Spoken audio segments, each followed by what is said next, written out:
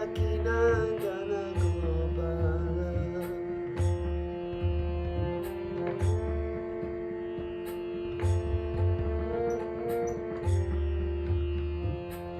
Devakinandana Gopala, Devakinandana Gopala.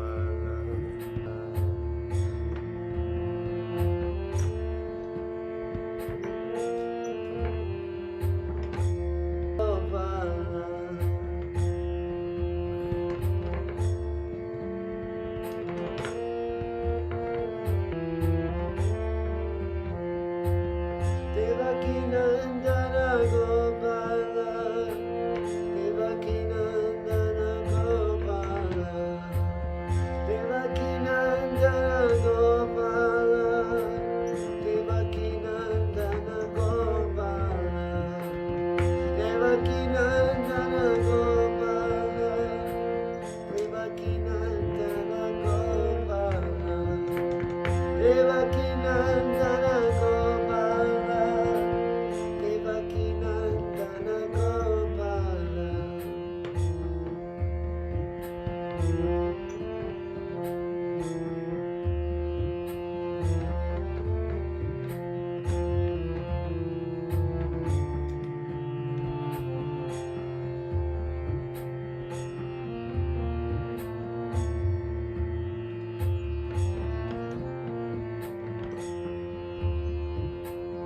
Devakinandana Gopala, Devakinandana Gopala, Devakinandana Gopala, Devakinandana Gopala, Gopala,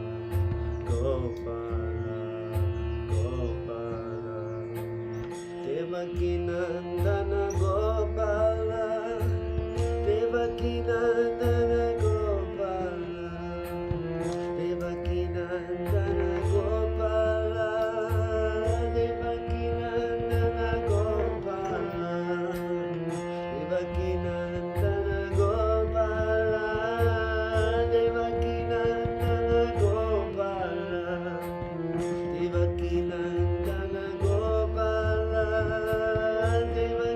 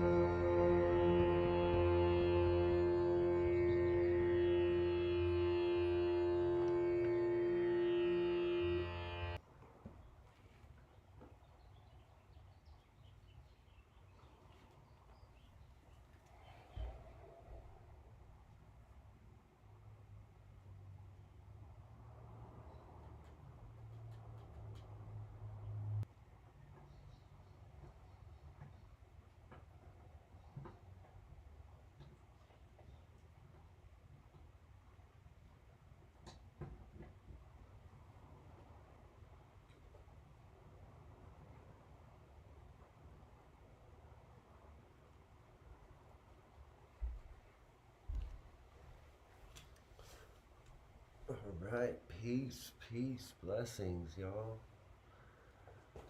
Sakshizion here. Welcome to the Prosperity Study Group. We out here in the studio space, in the sanctuary. Kealakekua Hawaiian Holistic Midwifery Sanctuary Space at the New Thought Center here in Kealakekua. And the Prosperity Study Group. The Prosperity Study Group, we have toning the chakras and meditation. And then we have the Gnostic Study Group and Bhakti Yoga Club, which includes kirtan. So study and mysticism and discussions. We will be here every Friday. YouTube, Twitch, and Facebook. So yeah, today I'm going to read again, like we did last week, from Prosperity's 10 Commandments, which is by Georgiana Tree Westing, also part of the Unity Classic Library, and then also the Complete Works. So yeah, let's get into it. I'm going to start with Prosperity's 10 Commandments. But before anything at all, actually, if you want me to touch on literally anything, go ahead and drop your question in the comments below. And if you're enjoying this, please like, subscribe, share, all that jazz. You know what I mean? And we're going to keep doing this. You know, you can donate to the Patreon. You become a YouTube subscriber, a member, and help out in that way. We also have a Spotify podcast. You can listen to us on the audio version on Spotify, the YouTube channel, Twitch, Facebook. You know, we talk about everything, you know, spiritual, metaphysical, mystical, secrets and mysteries, everything from like yoga to the ancient civilizations of Egypt, the Gnostics, the ancient Egyptians, the Hindus, and kind of unveil these secrets and mysteries and kind of try to piece these puzzles together, us, I and I. And this includes the teachings of the law of attraction and ascension and transformation, transfiguration, metamorphosis. You know, in the ancient yogic and Gnostic, alchemical, hermetic, Egyptian mystery schools, secret initiations, all those traditions, all those metaphysical teachings are related to the 7 hermetic principles, the 7 muses, the 7 chakras, all that stuff. There's lots more, obviously. And so talking about prosperity, it's a mind over matter thing, right? So the law of attraction, abundance, success. It's not good or bad. Sometimes fanatical fundamentalists, you know, they like to say everything that is witchcraft or something like that. So they'll say like tarot is evil. They'll say yoga is evil. They'll say like everything is, you know, of the devil, and try like the devil in a beautiful disguise and all that shit. Well, it's not good or bad. It's how you use it. It's like they say knowledge is power, right? Well, it's not really until it's applied. All of this isn't good or bad, it's how you use it. So if you're a good person, it's like they say in law of attraction and stuff, like money is like a magnifier. The more money you have, it magnifies who you already are, right? So if you're a selfish, greedy person, it magnifies that. If you're a kind, giving person, it magnifies that. So really good people who know how to use that responsibility of money and power to do good and to contribute to the greater good. So that's what this metaphysical stuff is all about, right? Like these they could command great wealth and great power, and simply chose not to make a show of it because they knew the greater wealth of wisdom, gnosis, right? So this is what we're getting into, the law of attraction. You can use the blessings and gifts of the universe to create the life that you want. And with all of this is part of becoming in harmony, in tune with the oneness of the one, of all. And let's get into it. The prosperity 10 commandments.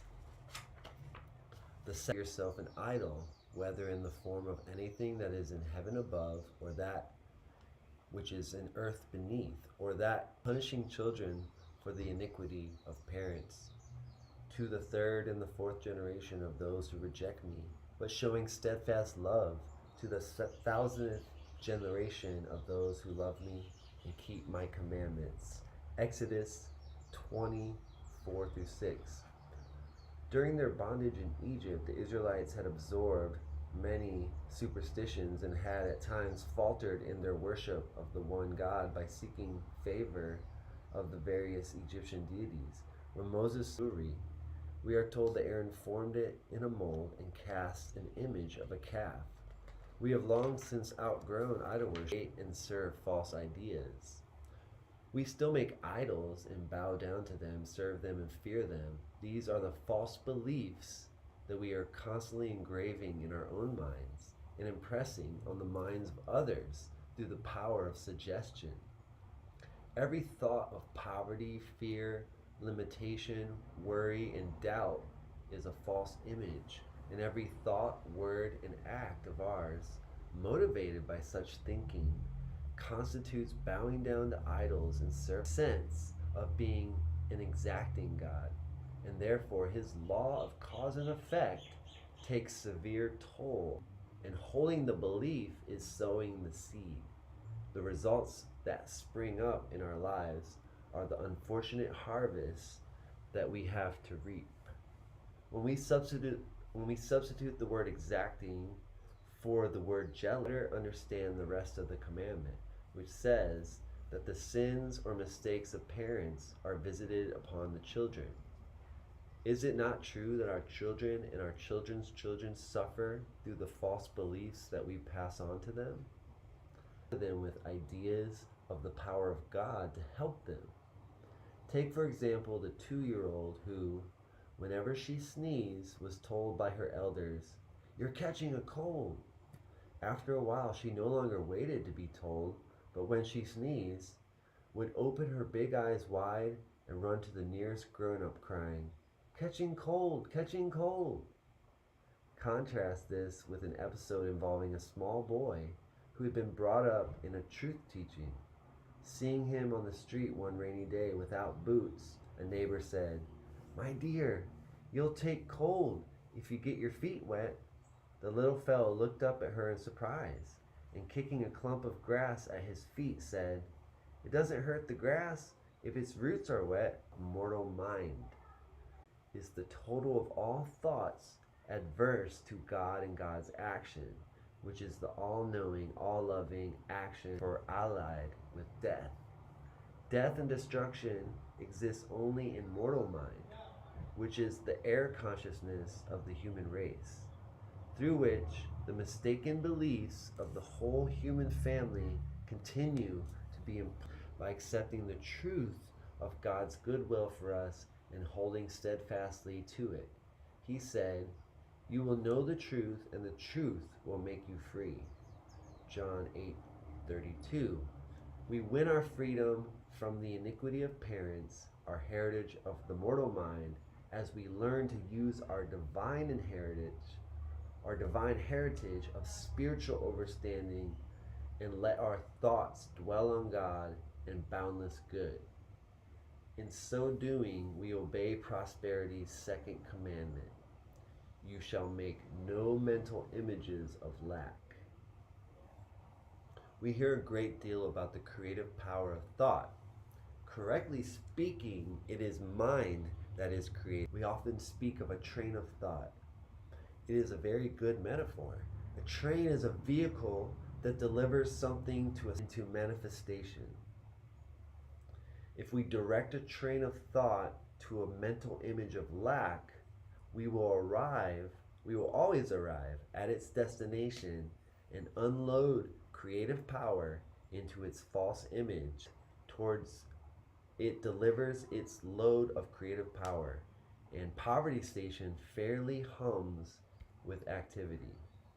All the unhappy, sordid, fearsome beliefs of the thought realm gather there, and we find ourselves bowing down to them, serving them, and being held in such bondage by them that all other thought activities lack, and delivering trains of thought to them. Instead, we should practice using creative power of mind. Into the religion he gave the world, Jesus introduced the element of human mind action as the connecting link. Old Testament by the statement, "For as he thinketh in his heart, so is he." Proverbs 23:7. Jesus made this somewhat nebulous idea a positive teaching. He taught that like produces like. He said, "Are grapes gathered from thorns or figs from thistles?" In the same way, in 17. Link this with, "The good person brings good things out of a good treasure, and the evil person brings evil things out of an evil treasure." Matthew 12:35. What more clear-cut teaching could we have that the ideas which we hold in thought and feeling must eventually take form in our lives? With this teaching in mind, we understand why prosperity's second command. Wow, so powerful. Wow, I love that metaphor of the train delivering your thoughts and desires to its destination. A train of thought. So the mind, sends these trains of thought to these destinations, and it's images of lack, images of second best, or settling for less. So what we should be doing is believing in thinking trains of thought to our station of success or success station, and naturally more of that creative power is going to be gathered and generated and train station, right, to the success station, because it's a multiplying effect, and it's a momentum as well. It creates a momentum and a power and a multiplying, compounding effect, actually. So, love that metaphor. Love it, love it. Let's see if we have any questions. Nothing yet.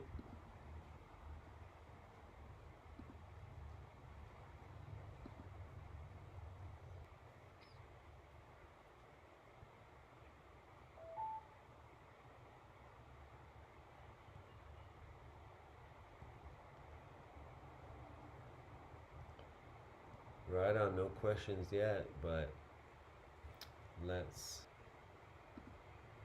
me switch my picture.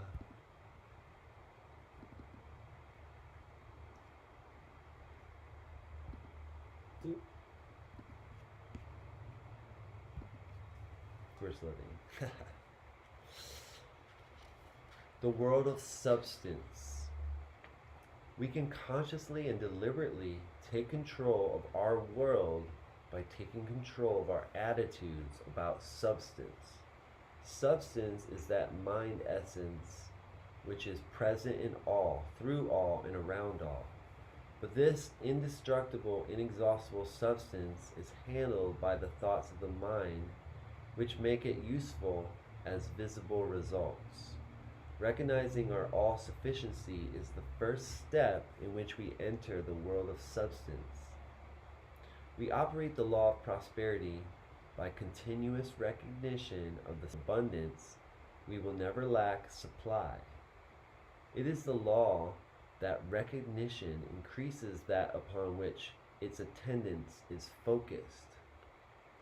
To multiply the blessings of life, to double the manifestations of supply, requires turning one's attention to those things we should constantly think of and appreciate substance because it contains every element of good.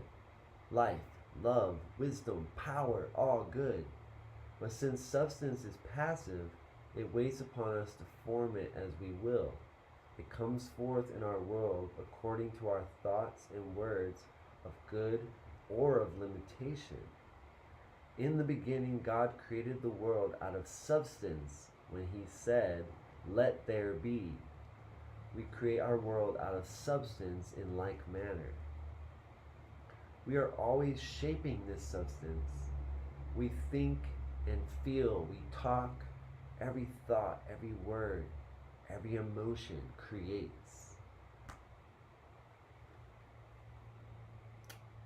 Obviously, this same secret to success, the attention, the mental focus, what we focus and concentrate on is those same trains of thought, right? That we either send into lack, the lack station, the poverty station, or those thoughts, those high and substance that we send to the prosperity station, the wealth station, the success station, right? This next section is called faith and prosperity. Every financial condition into our affairs.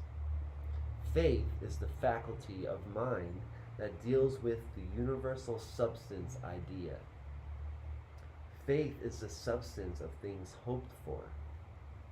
Everything in God is ideal, without form or shape, but with all possibility.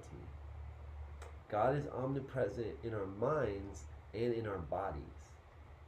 Omnipresent, God is everywhere, so he's in our minds and our bodies. It is in our bodies that we bring God into visible manifestation. Faith is the faculty, right, and it makes it visible. You hear of a certain proposition that appeals to you and you say, "I have faith in that proposition." Someone whose character seems right is described to you and you say, "I have faith in that person." By having faith, you mean that certain characteristics of people or things appeal to you. And these immediately begin a constructive work in your mind. This work is that of making the proposition or person real in your consciousness. The character and attributes of these things in your mind become substantial to you because of your faith. The office of faith is or formless to us until they become substance, the substance of faith. The true prosperity idea is the one that recognizes that there is an abundance of good everywhere present, a substance, and that is, the true prosperity idea is the one that recognizes that there is an abundance of good in everywhere present substance, and that good is not separated from the individual who is making the affirmation. Faith enters in when we acknowledge that our good is at hand. First, manifesting now in our lives. If I say, "I need happiness," I express a thought based on a belief in the absence of happiness. That's really powerful. If you need happiness, right, you express a thought based on a belief in the absence of happiness.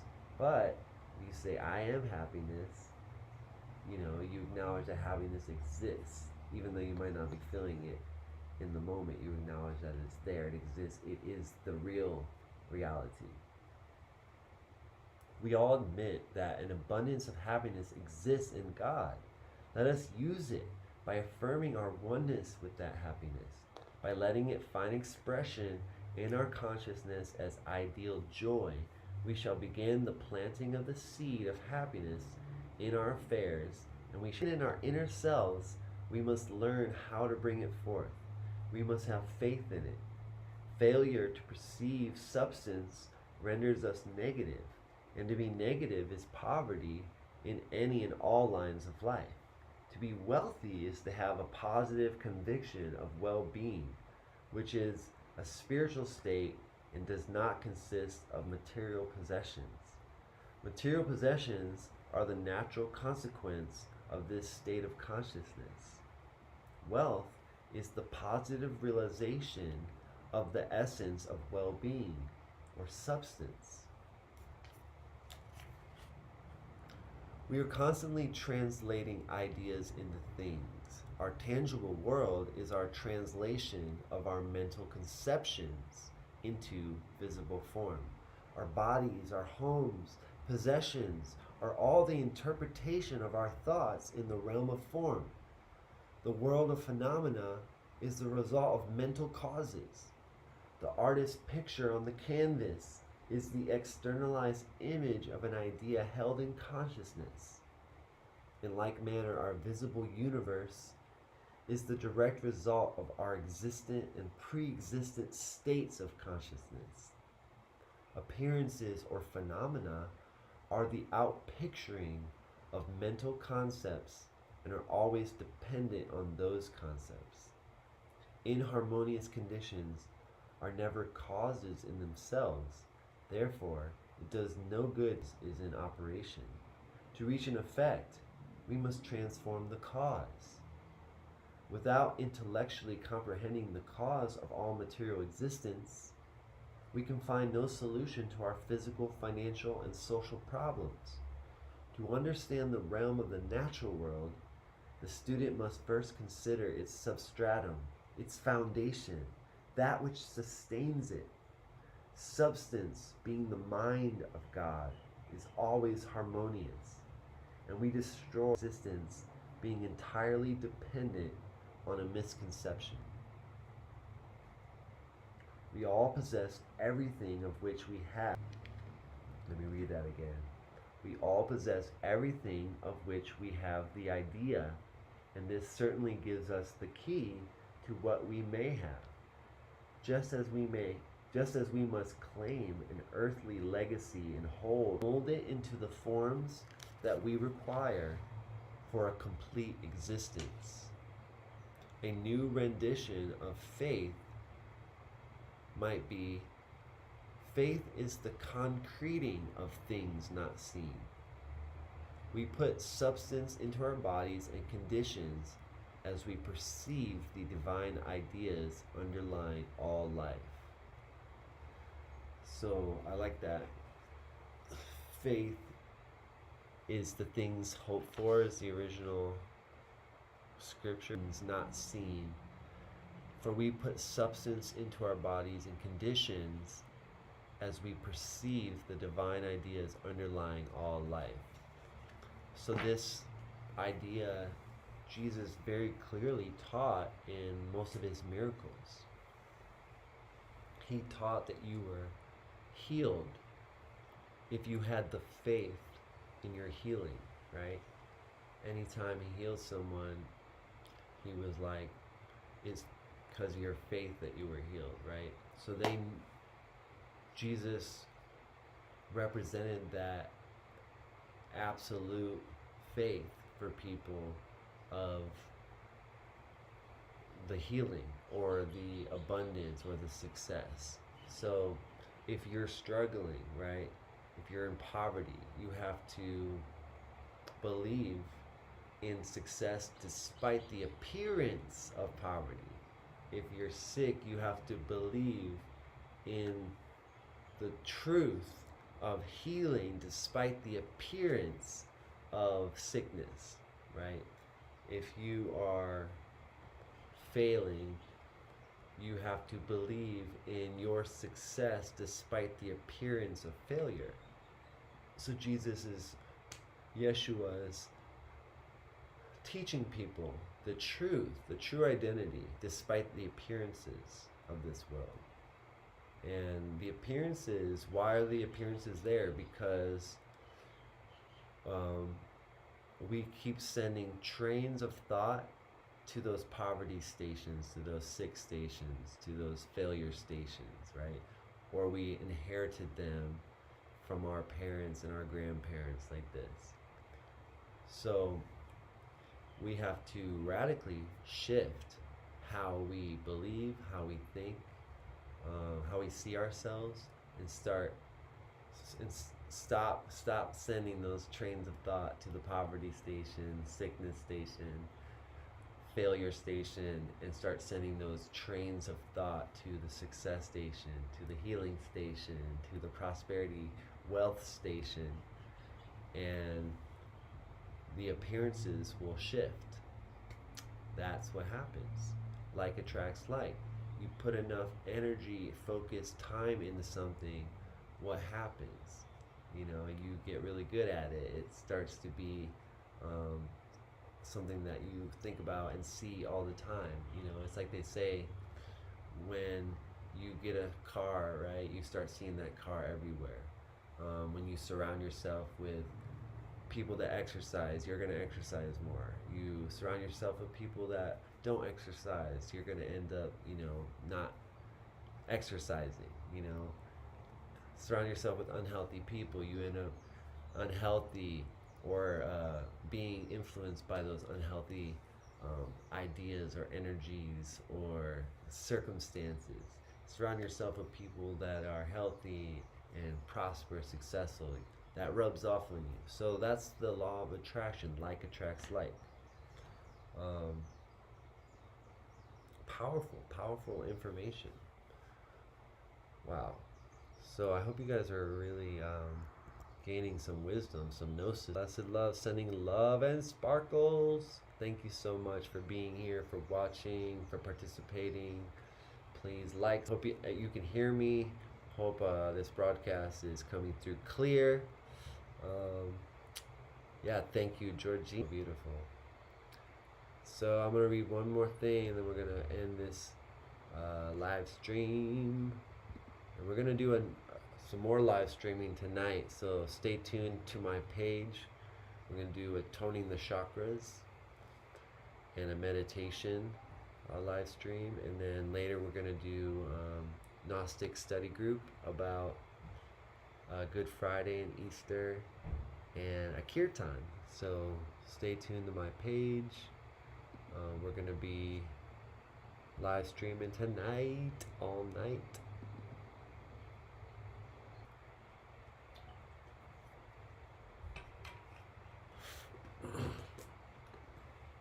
Alright.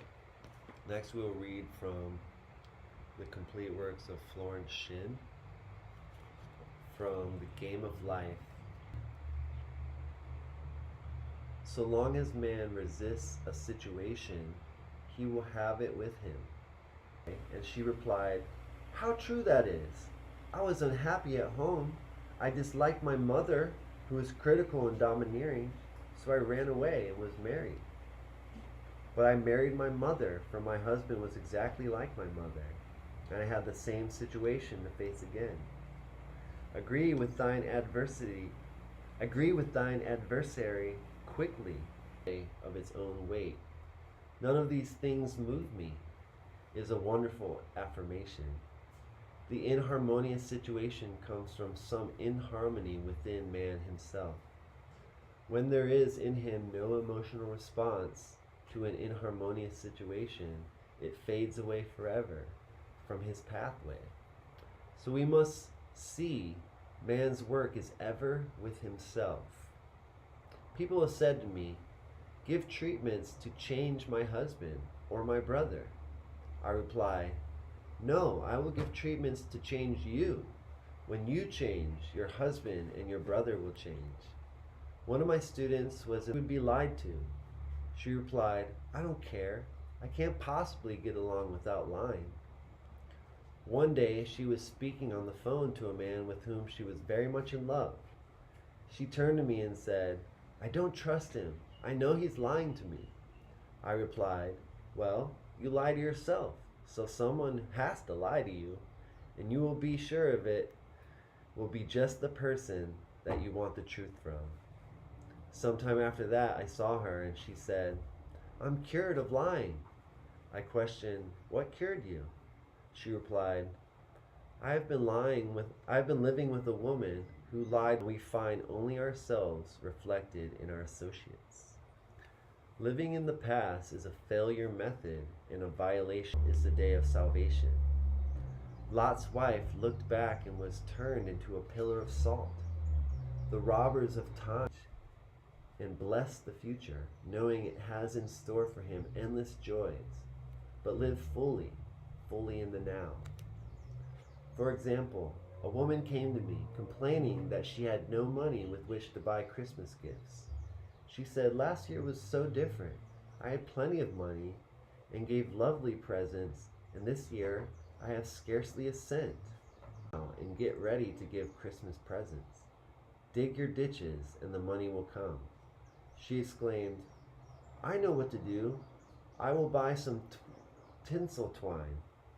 Christmas seals and wrapping paper replied. Christmas seals and wrapping paper, I replied. Do that, and the presents will come and stick themselves to the Christmas. Keep every cent you have, as you are not sure you will get any more. She bought the seals, paper, and twine, and a few days before Christmas received the gift of several $100s. Buying the seals and twine had impressed the subconscious with expectancy and opened the way for the manifestation of the money. She purchased all the presents in plenty of time. Man must live suspended in the moment.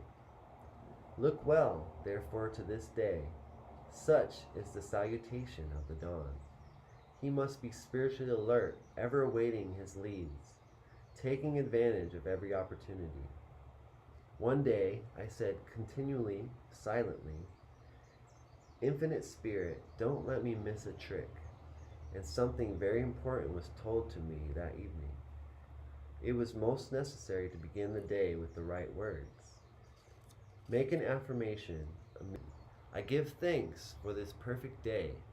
Miracles shall follow. Miracle and wonders shall never cease. One morning, I picked up a book and I read, Look with wonder at that which is before you. It seemed to be a large sum of money was given to me, which I had been desiring for a certain purpose. In a following chapter, I will give affirmations that I have found most effective. However, one should never use an affirmation unless it is absolutely satisfying and convincing to his own consciousness. And often an affirmative is changed to suit different people. For example, the following has brought success to many. I gave the first 2 lines to one of my students, and she added the last 2. It made a most powerful statement, as there should always be perfect payment for perfect service, and a rhyme sinks easily into the subconscious. She went about singing it aloud and soon did receive wonderful work in a wonderful way, and gave wonderful service for wonderful pay.